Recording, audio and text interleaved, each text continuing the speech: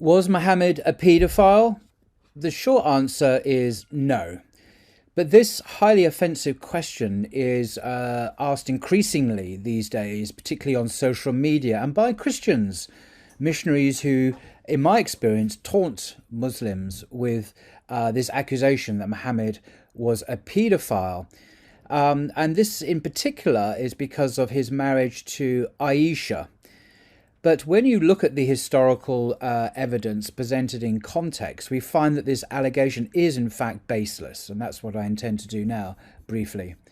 Scholars disagree concerning the age of Aisha when she married the Prophet, the earliest estimate being that she was 9 years old. This means that the marriage contract was ratified after Aisha reached puberty, which was considered adulthood in ancient Arab society. A marriage between an older man and a younger woman was customary and socially appropriate in that era, considering that such marriages were an important means of survival in a harsh desert environment and that people had a much lower life expectancy than they do have today. Professor Colin Turner of the University of Durham here in England, he is an expert on Islam in the Middle East Studies Department, explains the context of the Prophet's marriage. He writes, "A marriage between an older man and a young girl was customary among the Bedouins, as it still is in many societies across the world today. It was not unheard of in Muhammad's time for boys and girls to be promised to each other in marriage almost as soon as they were born, particularly if the union was of direct political significance to the families concerned. However, such marriages were almost certainly not consummated until both parties had entered adulthood, which Arabs in the 7th century tended to reach at an earlier age than Westerners today. It is highly unlikely that Muhammad would have taken Aisha into his bed until she was at least in her early teens, which was wholly in keeping with the customs of the day and in context not in the least improper." That's Professor Colin Turner, Islam, the Basics, published by Routledge, 2006, pages 34 to 35. The scholar of religions, Karen Armstrong, she's a very distinguished and accomplished publisher on Islam, Christianity, Judaism, Buddhism. In her biography of the Prophet, writes, "There was no impropriety in Muhammad's betrothal to Aisha.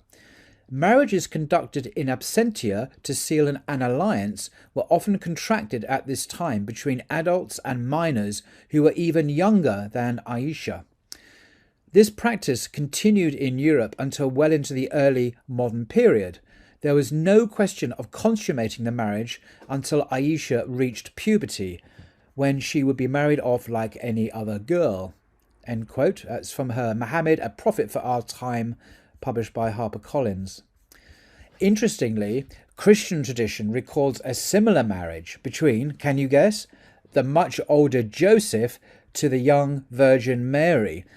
And this is even more extreme. The Catholic Encyclopedia says of Joseph, a year after his wife's death, as the priests announced through Judea that they wished to find in the tribe of Judea a respectable man to espouse Mary, then 12 to 14 years of age, Joseph, who was at that time 90 years old, went up to Jerusalem among the candidates. That's the Catholic Encyclopedia in New Advent website, 1995. So she may have been as young as 12 and he may have been as old as 90.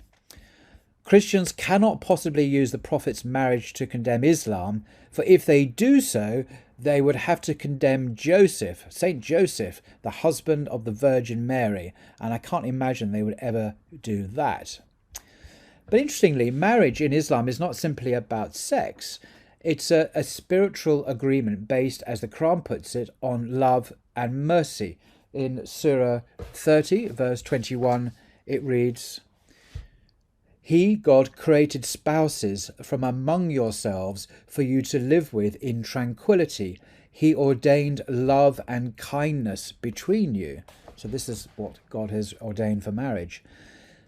Ratifying a marriage contract does not necessitate sex. there is no evidence whatsoever that the Prophet had sex with Aisha before puberty. And that's a crucial point. And just to emphasize that point, just to quote a couple of Western sources talking about the age of consent and marriage in the West, quoting from a textbook, Adolescence, Sexuality and the Criminal Law, a Multidisciplinary Perspective.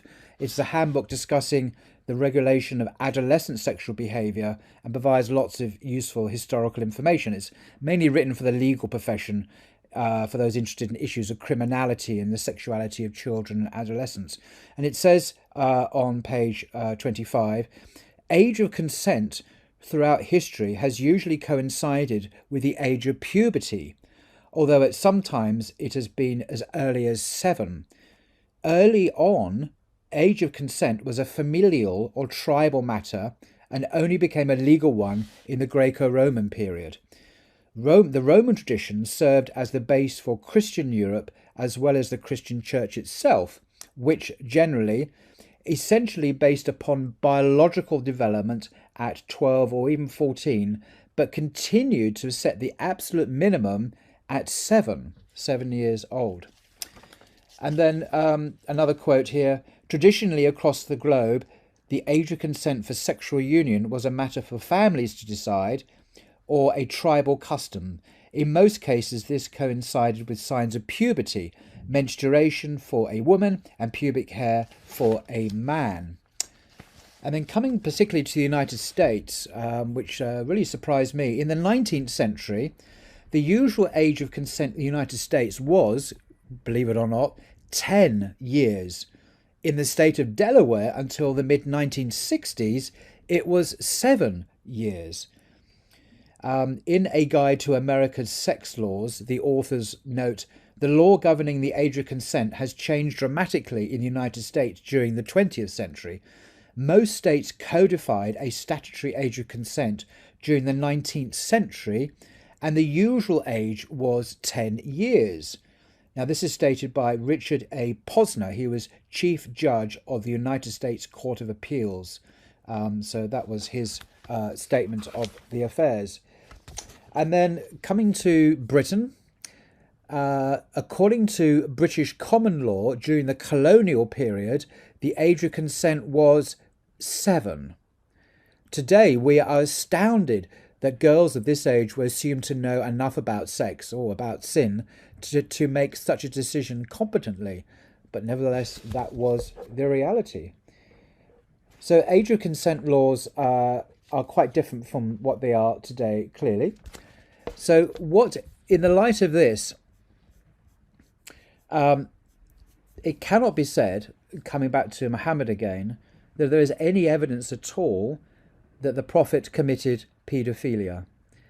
Now, this was because the age of consent, the age of puberty, and the age of adulthood were all at the same time, the age of puberty. And Muhammad would have consummated the marriage several years after the betrothal, when she was technically an adult, when she was a woman, according to the customs and the historical context of the day. So it would have been an appropriate thing to do. So to summarize, the Prophet's marriage to Aisha was appropriate considering the circumstances of life in ancient Arabia. Their marriage was not based upon lust or abuse, but upon their shared spiritual mission to deliver these teachings of Islam to humanity, because Aisha went on to become one of the greatest scholars of Islam and a transmitter of knowledge of the Sunnah of the Prophet, particularly regarding women's matters, women's issues, and she's highly regarded even today for that knowledge. So I think that is, in a very rough way, in a very simple way, the reason why it is anachronistic, to put it politely. In other words, you're reading back our contemporary Western understandings, which are very historically relative, reading it back into history to other times and other cultures, and judging those cultures. That's called anachronism, and it's not a good thing. It's an intellectual sin. Most cultures throughout history, in the Bible, of course, as well, the age of marriage was the age of puberty. If we condemn Muhammad, we condemn the Virgin Mary, we condemn Joseph, we condemn the vast majority of people throughout history for whom adulthood began at puberty. The bar mitzvah is another example, when boys and girls now, usually about 12, 13 years of age, are technically adults. They take on the burden of following all the commandments of the Torah. This is when they enter into the adult community. So it's a different age from the ever-increasing age, seems like, after ever-increasing increase in the age of marriage, and when childhood ends, we now have adolescence, which didn't exist before the 19th century. شكرا لكم على المشاهدة، ويرجى الاشتراك في القناة وتفعيل زر التنبيهات. شؤون إسلامية لنصرة قضايا الأمة.